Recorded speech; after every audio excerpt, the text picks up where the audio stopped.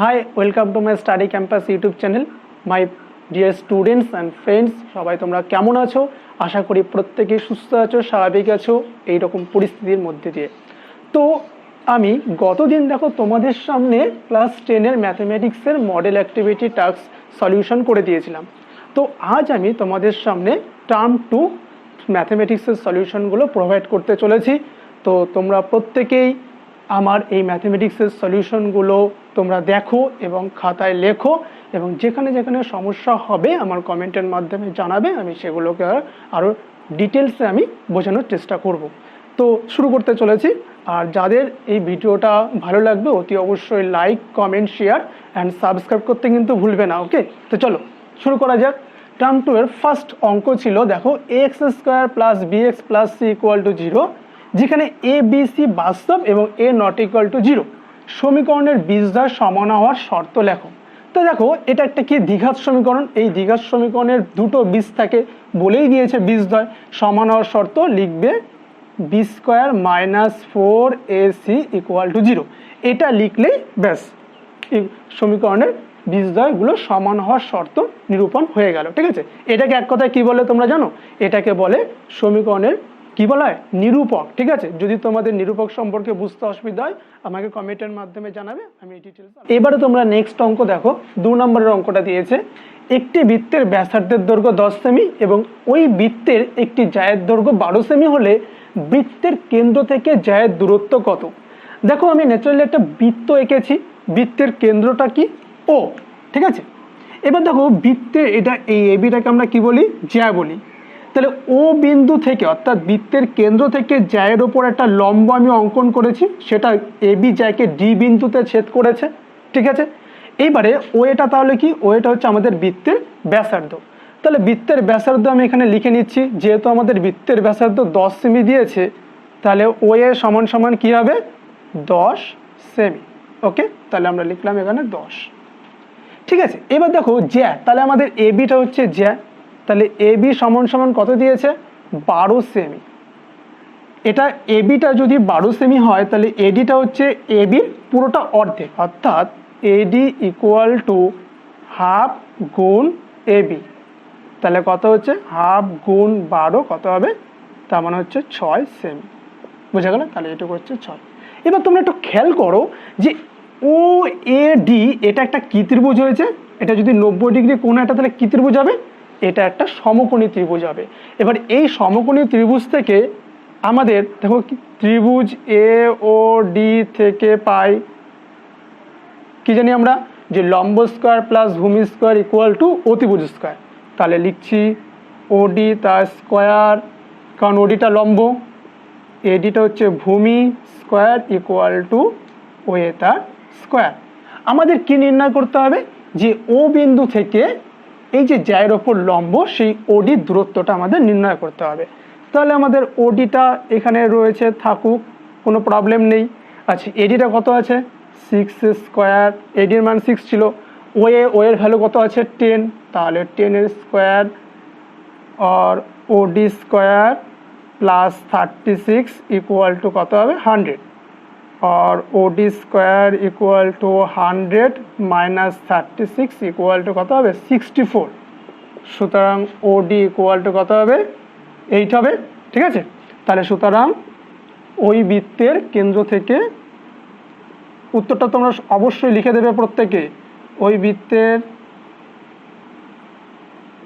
কেন্দ্র থেকে জ্যায়ের ওপর লম্ব দূরত্ব ইকুয়াল টু কত হবে? 8 সেমি। ঠিক আছে, দেখো খুব সিম্পল একটা অঙ্ক ছিল, খুব সুন্দর সহজ স্বাভাবিক অঙ্ক। দেখো তোমরা প্রত্যেকে কিন্তু এই টাইপের অঙ্কগুলো একটু সলিউশনটা নিজেদের মতো করার চেষ্টা করবে এবং প্রত্যেকে দেখবে যে অঙ্কগুলো কিন্তু সবই এই ক্যাটাগরিতে থাকে। যদি ব্যাসার্ধ দেওয়া থাকে এবং বৃত্তের জ্যায়ের দৈর্ঘ্য দেওয়া থাকে তাহলে লম্ব দূরত্ব নির্ণয় করতে বলে, ঠিক এই অঙ্কটার মতো। আবার দেখবে কোনো সময় এই জ্যায়ের লম্ব দূরত্ব দেওয়া আছে এবং জ্যায়ের দৈর্ঘ্য দেওয়া আছে, বৃত্তের ব্যাস অথবা ব্যাসার্ধের দৈর্ঘ্য নির্ণয় করতে বলে। তো এভাবে অঙ্কগুলো করো, খুব ইজি। আর তোমরা গত দিনের ভিডিও দেখে খুব ভালো আমাকে রেসপন্স করেছো, অনুপ্রেরণা দিয়েছো। আমি নেক্সট টাইম আরও বেটার কিছু তোমাদের সামনে প্রোভাইড করার চেষ্টা করব। আর এইভাবেই স্টাডি ক্যাম্পাসের সঙ্গে তোমরা সঙ্গে চলো, এবং আমি তোমাদের নিতাই স্যার প্রত্যেকটা অঙ্ক যেখানে যেখানে তোমাদের সমস্যা হবে বলবে, আমি সলিউশন করে দেওয়ার চেষ্টা। নেক্সট ম্যাথ দেখো, যে দুটি ঘনকের আয়তনের অনুপাত দিয়েছে 1:8, তাই যদি হয় তাহলে ঘনক দুটির সমগ্র তলের ক্ষেত্রফলের অনুপাত কত? এটা আয়তঘন চ্যাপ্টারের অঙ্ক, ঠিক আছে। সলিউশন করা যাক, খুবই সহজ অঙ্ক। আমরা যেহেতু আয়তন অনুপাত বলেছে ঘনকের, তাহলে আমি ধরে নিচ্ছি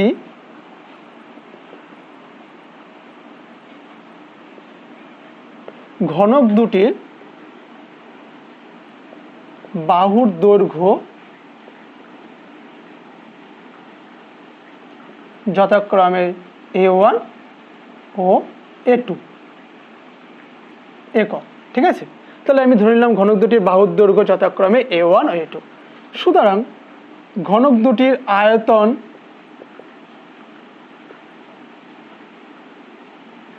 যথাক্রমে আমি V1 দিয়ে লিখলাম, কি হবে? সূত্র হচ্ছে বাহুর দৈর্ঘ্যের কিউব, ঠিক আছে। তোমরা নিশ্চয়ই প্রত্যেকেই জানো যে ঘনকের প্রত্যেকটা বাহুর দৈর্ঘ্য সমান হয়, এবং ঘনকের আয়তন কি হবে? আর বাহুর দৈর্ঘ্যের কিউব। এবং V2 কত হবে? A2 কিউব ঘন একক। তাহলে আমাদের কোশ্চেন বলেছে ঘনকের আয়তনের অনুপাত, দুটো ঘনকের আয়তন অনুপাত। তাহলে সুতরাং আমরা লিখতে পারি A1 cube is to A2 cube is to equal to 1:8, okay. Or তাহলে A1 cube by A2 cube equal to 1/8, or A1 by A2 সবাই প্রত্যেকে জানে এটা 1/2 হবে, ওকে। তাহলে এবার কোশ্চেন চেয়েছে সমগ্র তলের ক্ষেত্রফল। তাহলে আমরা ধরে নিই সমগ্র তলের ক্ষেত্রফল কি হবে জানো?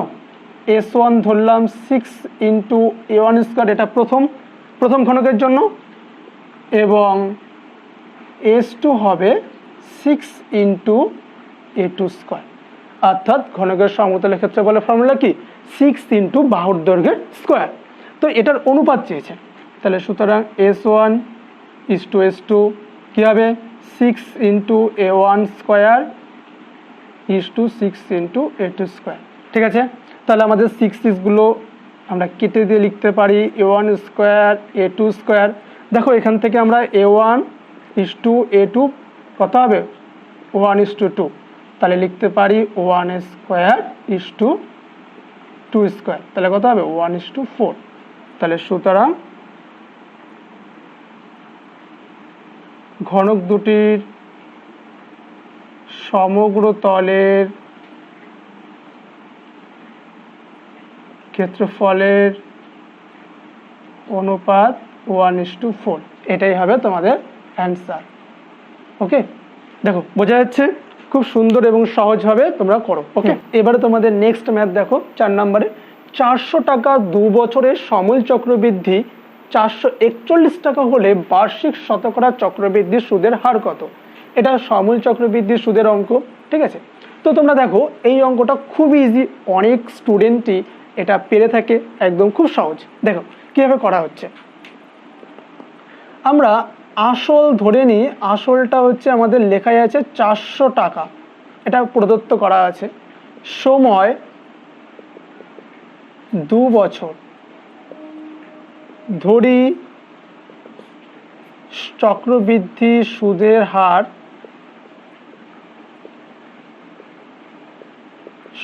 হার কত লিখবো আমরা?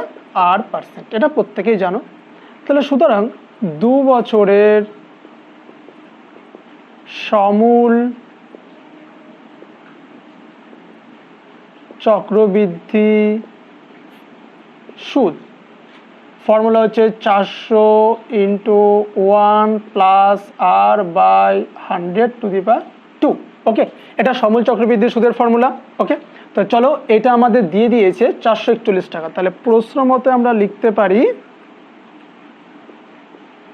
400 ইন্টু 1 প্লাস R/100², এখানে হবে 441। দেখো 400টা গুণ আছে, ওপাশে গেলে কি হবে?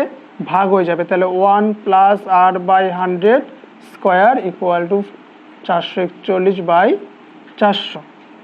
আর আমি এটা লসাগু করে দিতে পারি 100 প্লাস আর বাই 100 তার স্কোয়ার ইকুয়াল টু এটাকে লিখতে পারি কত 21/20 তার স্কোয়ার।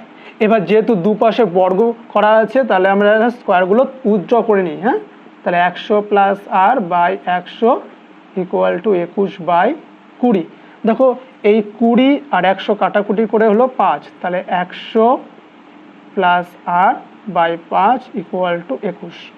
এবারে সুতরাং 100 plus r by 5 equal to 21 হলে হবে 100 প্লাস আর ইকুয়াল টু কত হবে 105, আর r equal to 105 minus 100, r equal to কত হলো 5। সুতরাং নিম্ন চক্রবৃদ্ধি সুদের হার সমান সমান 5%। কেমন? এটা ওকে। দেখো অঙ্কটা খুবই সহজ এবং সিম্পল অঙ্ক, তোমরা একটু ভালো করে দেখে নাও। অঙ্কগুলো সবাই পারবে, অতি অবশ্যই সবাই পারবে। ঠিক আছে, দেখো ওকে ওকে। এবার তোমরা নেক্সট ম্যাথ দেখো। 5 নম্বর ম্যাথ বলেছে x12, y, 27 ক্রমিক সমানুপাতি হলে x ও y এর মান নির্ণয় করো। এটি হচ্ছে অনুপাত সমানুপাতের চ্যাপ্টারের অঙ্ক। খুবই সহজ একটা অঙ্ক দিয়েছে দেখো। আচ্ছা দেখো এটাকে কি করে করছি, যেহেতু x, 12, y, 27 ক্রমিক সমানুপাতি, সুতরাং আমরা লিখতে পারি x/12 equal to 12/y equal to y/27। কেমন? এবারে আমরা অনুপাতগুলো ফার্স্ট আর সেকেন্ড অনুপাতকে আমরা আগে নিচ্ছি এবং 12/y ইকুয়াল টু y/27 এটাকে পরে লিখছি। ওকে, তাহলে দেখো এটাকে আমি ফার্স্টে আমি মাল্টিপ্লাই করে দিই। ক্রস মাল্টিপ্লাই করলে xy ইকুয়াল টু 144, এটাকে আমি 1 নাম্বার ইকুয়েশন রেখে দিলাম। আর এটাকে দেখো y square equal to 12 into 27। ঠিক আছে, এটা আমরা সবাই জানি। তাহলে y ইকুয়াল টু হবে স্কোয়ার রুট অফ 12 ইন্টু 27, আর y ইকুয়াল টু 12কে লেখা যায় 2 ইন্টু 2 ইন্টু 3, আর 27কে লেখা যায় 3 ইন্টু 3 ইন্টু 3। আর y এখানে কী হবে, স্কোয়ার রুট থেকে আমরা একটা 2 নেব আর দুটো 3 নেব। কেমন? তাহলে কত হবে 3 3 9 2 18 হলো। তাহলে এই y এর মানটা আমরা কি করব, 1 নং সমীকরণে বসাবো। তাহলে 1 নং সমীকরণ থেকে পাই, সমীকরণ থেকে পাই। খুব সহজ অঙ্ক দেখো। তাহলে x ইন্টু 18 সমান সমান 144, আর x ইকুয়াল টু 144/18 কাটাকুটি করে কত হবে 8, সুতরাং x ইকুয়াল টু 8। সুতরাং নির্ণয় x এর মান কত হবে 8 এবং y এর মান হবে 80। ওকে, বোথ অ্যান্সার দেখে নাও তোমরা। এবারে তোমরা দেখো খুব সুন্দর একটা জ্যামিতির অঙ্ক দিয়েছে। ও কেন্দ্রীয় বৃত্তের এবি একটি ব্যাস, তাহলে আমরা ও কেন্দ্রীয় বৃত্তের এবি একটা ব্যাস অঙ্কন করেছি। সি বৃত্তের উপর অবস্থিত একটা বিন্দু, সি একটা বৃত্তের উপর অবস্থিত একটা বিন্দু আমি নিয়েছি। এখানে বলেছে ও বি সি 60 ডিগ্রি, তাহলে এখানে হবে ও বি সি, তাহলে এই কোণটা 60 ডিগ্রি বলেছে। ওকে, তাই যদি হয় তাহলে বলেছে কোণ ও সি এ কত, কোণ ও সি এ মানে ও সি এ, অর্থাৎ এই কোণটা কত আমাকে মেজারমেন্ট করতে হবে। ওকে, তো তোমরা দেখো খুব সুন্দর একটা অঙ্ক। আচ্ছা হাতের লেখা ক্লিয়ার বোঝা যাচ্ছে তো? তোমরা অতি অবশ্যই কিন্তু বলবে, হাতের লেখাটা কোনো অস্পষ্ট হলে বা কোনো প্রবলেম হলে নিশ্চয়ই জানাবে। ঠিক আছে, দেখো আমি তাহলে দেওয়া আছে সেটা লিখছি, O B C equal to 60 degree. এখানে একটা টুইস্ট আছে, ছোট্ট একটা উপপাদ্যের একটা অ্যাপ্লিকেশন আছে, যেটা হচ্ছে এ সি বি। এটা একটা জানো কি কোণ বলা হয়? এই যে এ সি বি পুরোটা, এই এ সি বি হচ্ছে একটা অর্ধবৃত্তস্থ কোণ, একটা অর্ধবৃত্তস্থ সমকোণ। তাহলে আমি লিখে দিচ্ছি এ সি বি একটি অর্ধবৃত্তস্থ সমকোণ হয়। ঠিক আছে, এটা একটা উপপাদ্য আছে। ঠিক আছে, ক্লাস 10-এর উপপাদ্য আছে। তাহলে আমরা লিখছি A C B equal to, যেহেতু সমকোণ তাহলে ন্যাচারালি এটা মাস্ট 90 ডিগ্রি হবেই, তাহলে এই টোটালটা হচ্ছে আমাদের 90 ডিগ্রি, এই টোটালটুকু। ওকে, তাহলে আমাদের কিন্তু ফাইন্ড আউট করতে হবে শুধু এইটুখানি। ওকে, তাহলে এবার গিভেন আছে 60 ডিগ্রি, ঠিক, এটা যদি 60 ডিগ্রি হয় তাহলে ন্যাচারালি এইটুকু আমাদের কত হবে, তাহলে আমরা বের করে নিই যে কোণ বি এ সি কত হবে। তাহলে আমরা জানি ত্রিভুজের তিনটে কোণের সমষ্টি 180 ডিগ্রি, তাহলে 180 মাইনাস 90 প্লাস 60, এটা নিশ্চয়ই ক্যালকুলেশন করলে কত হবে 30 ডিগ্রি। ওকে, তাহলে আমরা পেয়ে গেলাম এটা 30 ডিগ্রি। এবারে দেখো খুব সুন্দর একটা জায়গা রয়েছে এই অঙ্কটার মধ্যে। দেখো এই ওয়েটাও বৃত্তের ব্যাসার্ধ, ওবিটাও বৃত্তের ব্যাসার্ধ, এখানে আমরা ন্যাচারালি দুটো ত্রিভুজ পেয়েছি, আমাদের এই কোণটা ফাইন্ড আউট করতে হবে।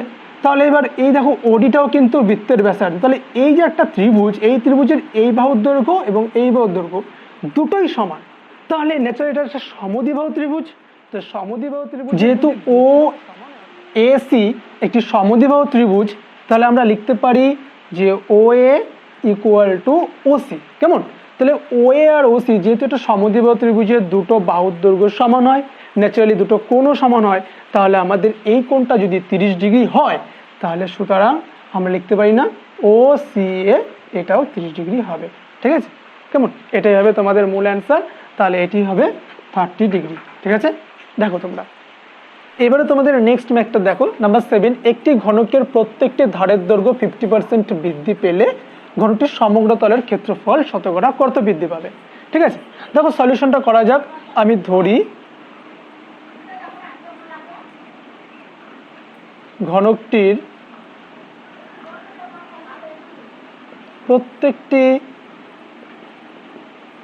ধারের দৈর্ঘ্য সমান সমান এ একক। কেমন, তাহলে সুতরাং ঘনকটির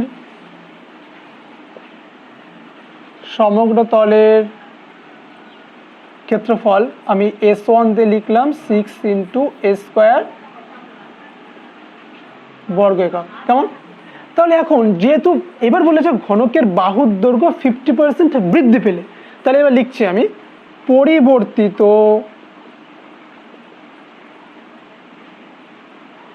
ঘনকটির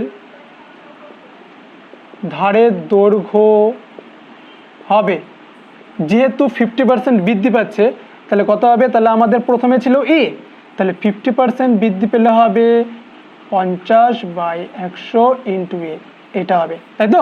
ঠিক আছে, তাহলে আমাদের কাটাকুটি করে এখানে হবে হাফ, তাই তো, তাহলে এ প্লাস a/2, তাহলে কত হলো 3/2 একক। তাহলে ওইটা একটা মূল ঘনক আর এটা আমাদের পরিবর্তিত ঘনক, তাহলে এবার পরিবর্তিত ঘনকের সমগ্র তলের ক্ষেত্রফল কত হবে, তলের ক্ষেত্রফল, তাহলে ওটা যেহেতু আমরা S1 নাম দিয়েছি তাহলে এটা আমরা S2 নাম দিয়ে কি লিখতে পারি, তাহলে ওটা এ ছিল, এটা কত হয়েছে 3a/2, তাহলে এটা লিখবো 3a/2 স্কোয়ার বর্গ একক। তাহলে কত হচ্ছে 6 ইন্টু এটা হবে 9a²/4 বর্গ একক। এখানে কিন্তু আমরা কাটাকুটি করবে না, কোনো মতেই কাটাকুটি করবে না, তাহলে কাটাকুটি করলে অঙ্কটা একটু জটিল আকার হবে। ঠিক আছে, তাহলে এবার বলেছে শতকরা কত বৃদ্ধি পাবে, তাহলে ধরি আমি এখানে লিখে নিচ্ছি সমগ্র তলের ক্ষেত্রফল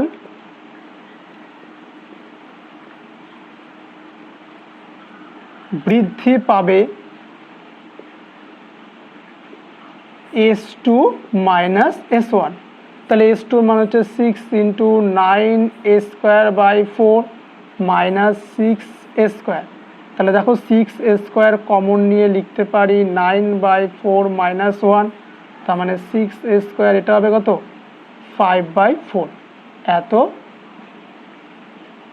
বর্গ একক। কেমন, আচ্ছা তোমরা দেখো আমি বোর্ডে যেহেতু জায়গা নেই আমি তারপর একটু করে দিচ্ছি। দেখো আমাদের ক্ষেত্রফল শতকরা বৃদ্ধি কত হয়েছিল, S2 minus S1 6 into 6a² into 5/4 বর্গ একক, তাই তো। এবারে ক্ষেত্রফলের শতকরা বৃদ্ধি,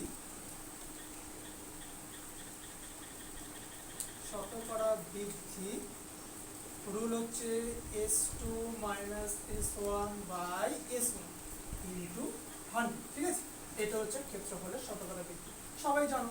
তাহলে আমাদের s2 মাইনাস s1 এর মান আমি উপরে বের করে নিয়েছি 6a² ইন্টু 5/4, আর s1 এর মান ছিল 6a² ইন্টু 100, তাহলে 6a² কেটে গেল, তাহলে 5/4 ইন্টু 100 কাটাকুটি করে এখানে 25, তাহলে এখানে হলো 125। তাহলে তোমরা লাস্ট অ্যান্সার লিখবে, তাহলে ঘনকটির সমগ্রতলে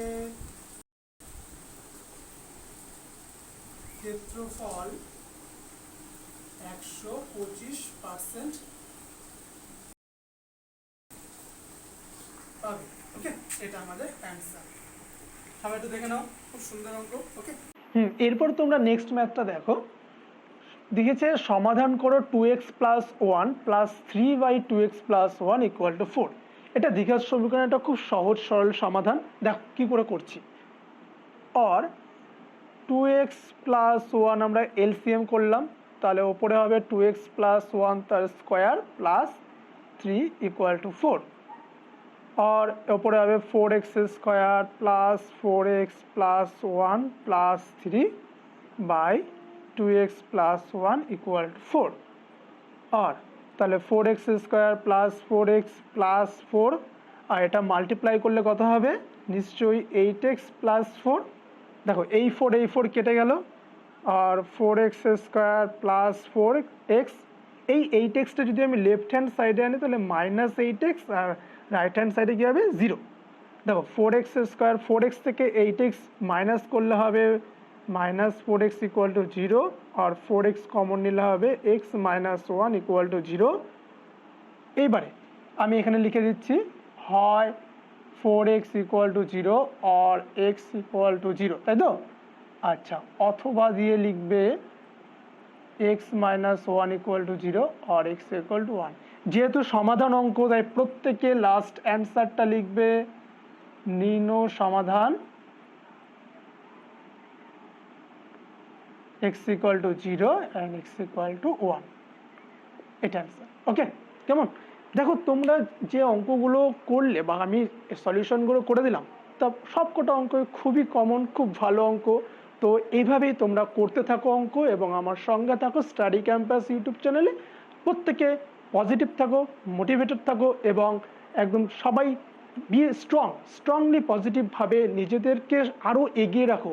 স্কুল বন্ধ, বিদ্যালয় বন্ধ, প্রত্যেকে জানো, তবু আমরা কি করব, এই সময়টাকে বাড়িতে বসে সেলফ স্টাডি করে আমাদেরকে আরও বেশি পরিমাণে অন্যদের তুলনায় এগিয়ে রাখবো, যাতে আমরা পরবর্তীতে আরও ভালোভাবে পড়াশোনা করে আমাদের ফিউচার ব্রাইট করতে পারি। ওকে, তো সঙ্গে থাকো, দেখতে থাকো স্টাডি ক্যাম্পাস, আর সবাইকে best of luck. Thank you.